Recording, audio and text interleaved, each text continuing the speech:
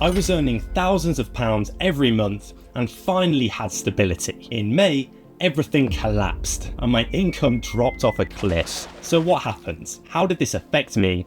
And what has it taught me about freelancing? Here's some context. In the new year, I was finally bridging the gap from sporadic freelance work to regular, well-paying jobs. I was getting work that only took a few hours to do and paid me £200 to £500 each. I'd managed to secure a few recurring clients and I felt like I had stability, like I could guarantee a certain amount of money every month. It wasn't a lot, but it replaced the salary I used to get from my old job. So from January through to April, I had stable thousands coming in. Then May hit and things changed. Almost everything went quiet. I woke up to no messages and my inbox was pretty much empty. So why? Firstly, my Fiverr reach massively dropped off. This was due to one bad review, despite me having loads of good ones. My impressions went from thousands and daily messages to nothing. Secondly, one of my biggest repeat Fiverr clients went on holiday for most of the month, meaning I didn't have £500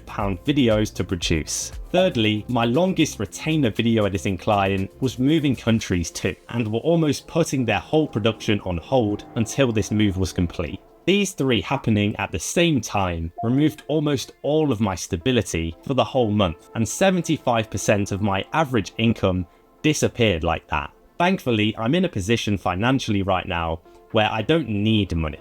I live at home with my parents, which allowed me to try freelancing in the first place. But otherwise, this could have been a disaster. Starting as a freelancer or starting a new business will be volatile at the start. You'll have amazing months as well as bad ones. That's why the main focus needs to be on finding long-term clients and a load of them. Like in my situation, one big client dropping out could be half of your income going. You need to get to a point where that isn't the case. Overall, I know that this is just a temporary blip and next month will most likely jump up again, but I believe this is a good wake-up call to diversify my work and not just rely on one platform or one client.